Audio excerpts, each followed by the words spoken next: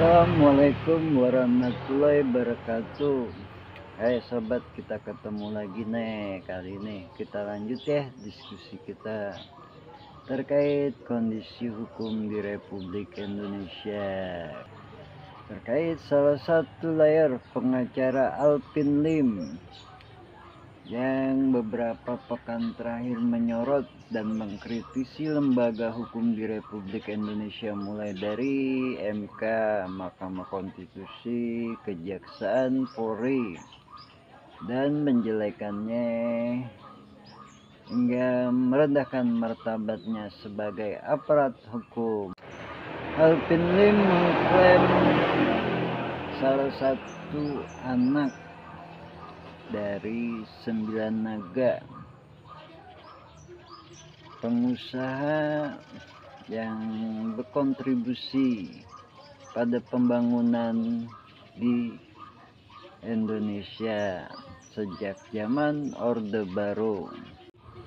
Alvin Lim juga mengklaim seorang pakar pidana dengan prinsip terdepannya yang memiliki gen keturunan bangsa Tionghoa Cina, karena mayoritas ahli hukum ekonomi berasal dari negara ini, hingga menyorot anggota Polri, jaksa, hakim yang bisa disuap, bahkan menyatakan bahwa sudah tidak ada lagi keadilan di Republik Indonesia ini karena manitasi.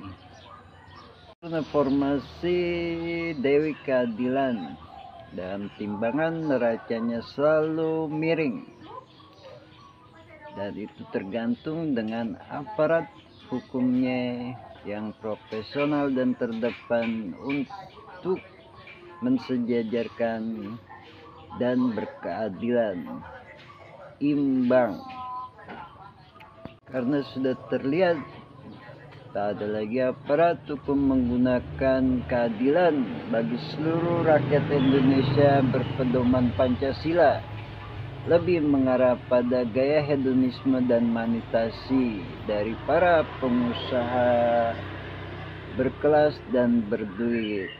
Kedepan, struktur ekonomi kelompok orang-orang yang hidup sederhana bakal dihapuskan dan hanya diadakan kelompok kaya di atas dan kelompok miskin di bawah.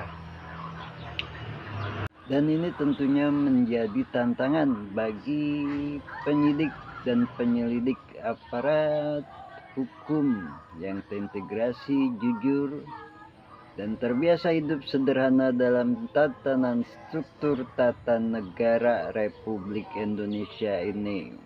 Karena hukum di Republik Indonesia ini merupakan warisan Belanda atas pengaruh feodalisme budaya, hukum adat, dan hukum agama masyarakatnya. Nah, di sini kalau kembali ke histori klasik yang dipakai para imam mahjab, mulai dari Imam Syafi'i, Imam Hanafi, Imam Ahmad, dan Imam Hambali, dan para pengikutnya ulama fikih tidak boleh taklid di antara salah satunya, diwajibkan harus mengikut satu imam saja. Nah, mulai dari cara mereka rukun wudu, rukun sholat, hingga amalan lainnya baik yang fardu dan sunnahnya. Dan juga ke klasik lagi, mereka keras disiplin hukumnya jika melihat dan menghukum Seorang yang mencuri langsung dipotong tangan dan melakukan dosa besar langsung dipenggal leher. Namun faktanya Arab Saudi sudah berbeda saat ini karena hukum Islam sudah tidak dipakai dunia lagi. Karena itulah rata-rata para ulama fikih kita lebih mementingkan keadilan dan hisabnya di akhirat, apalagi saat ini menjelang haul Abah Gurus Kumuleh. Nah, di mana beliau beramanah bahwa setiap umat Rasulullah yang ahli hukum bakal hisabnya didampingi Rasulullah Shallallahu Alaihi Wasallam, karena tidak mudah dalam hal menjalani, menyeimbangkan dan menyelesaikan persoalan yang pelik dan rumit. Apapun dalam menjalani kehidupan tidak hanya berpacu pada struktur pendidikan agamanya saja, seperti mulai dari SD, sanawiyah, aliyah, dan seterusnya, juga melainkan ke ranah struktur mahkamat, dimulai dari mahkamat tobat hingga mahkamat kutub al-gausnya seperti makamnya Abah Gurus Kumpul dan para aulia Allah. Selain itu juga ada intuisinya berupa hal ihwal atas dasar cinta, kasih, dan sayang karena Allah Ta'ala, dan juga sampai ke ranah laduni, karena hidup di dunia ini melainkan untuk melaksanakan hak Allah atas diri dengan cara mentauhidkannya, menyatakan tiada Tuhan selain Allah, dan juga menjadi khalifah di muka bumi, di mana sosok khalifah yang merupakan syarat tertutup pintu kemenangan bagi diri demi umat dan jamaahnya.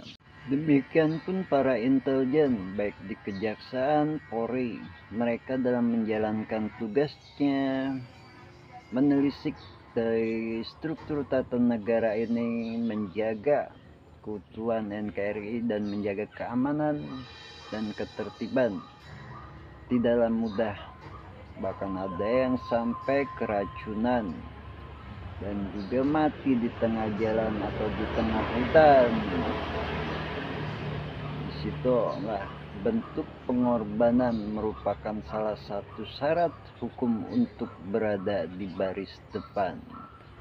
Kita ambil histori contoh Nabi Ibrahim alaihissalam harus menyembelih anaknya dulu sebelum dirinya dianugerahi Allah Ta'ala ilmu hukum dan diangkat jadi nabi dalam menyelesaikan persoalan yang rumit di tengah umatnya. Demikian juga Rasulullah SAW dalam menegakkan hukum di tengah umatnya dan juga para pewaris ilmunya seperti Imam Syafi'i radhiyallahu anhu dalam menegakkan hukumnya mendapatkan ujian, cobaan, tantangan,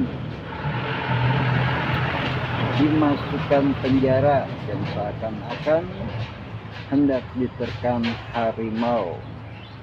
Di sini pun menjadi introspeksi bahan pembelajaran bagi para pakar pidana. Karena tidak semua aparat hukum itu mampu untuk meletakkan dirinya dalam formasi ahli hukum pidana. Karena disitulah hanya orang-orang tertentu dan terdepan yang memiliki sifat jujur, terintegrasi, hidup sederhana dan tidak hedonisme, karena tiada manusia yang paling sempurna untuk diteladani selain Rasulullah SAW, ahli hukum di dunia dan akhirat nanti. Ya, itu aja dulu dari saya. Wassalamualaikum warahmatullahi wabarakatuh.